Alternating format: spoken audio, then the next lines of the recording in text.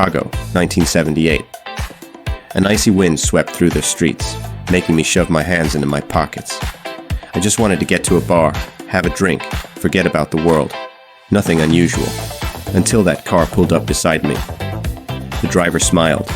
He had that calm confidence of someone used to gaining people's trust.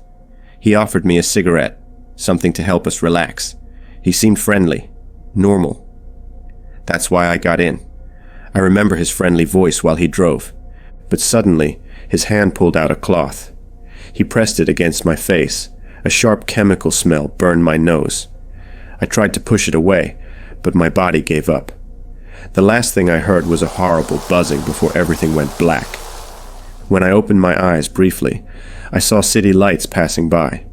He kept driving calmly, and every time I tried to react, another whiff of that smell knocked me out again, until I woke up in a strange place, dark, cold. The walls felt damp, filthy.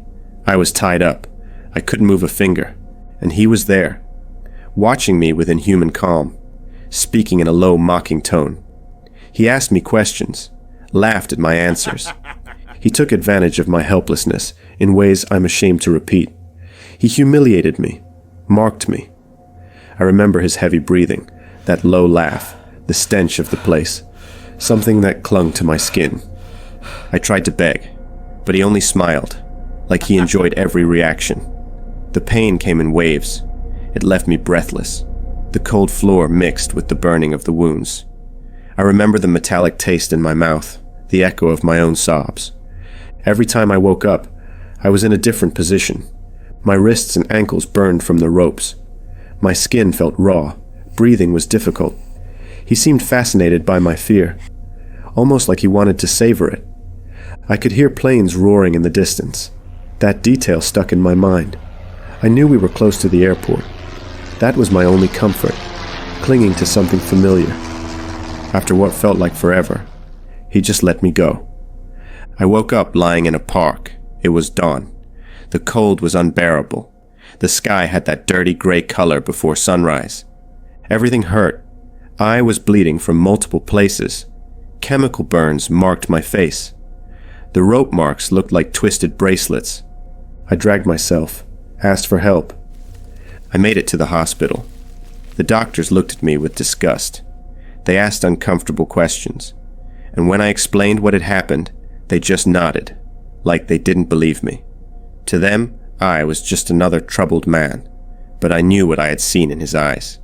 The emptiness. The certainty that this wasn't his first time. I knew he would do it again, so I set out to catch him. I remembered his car, the sound of the airplanes, the sickening smell of his house. My partner and I spent days on the street where he had picked me up, waiting, hunting him, the way he had hunted me, until he finally showed up. My heart pounded against my ribs as we followed him. I wrote down the license plate, ran to the police with the information, but they did nothing. They questioned him and let him go on minimal bail. He was a respected businessman, a man who dressed as a clown for children's parties. How could anyone imagine a monster behind that smile? Months passed, until they could no longer deny the truth. When they finally entered his house, they uncovered unspeakable horror. 33 people dead. 33 lives cut short. Their bodies hidden beneath the house, piled up, as if the earth itself couldn't swallow any more secrets. It was like space had run out to hold his evil. That's when I finally learned his name, John Wayne Gacy, the man who smiled at me that night, who offered me a cigarette, the same one who would have left me among those remains without a second thought. The killer clown. To this day, I struggle to trust anyone. I can't stand fake smiles. I'll never accept favors from a stranger, and I'll never be able to look at a clown costume without freezing inside. I can still smell that house, a stench that never leaves, that clings to my memory like a warning. But at least I can say something many others no longer can.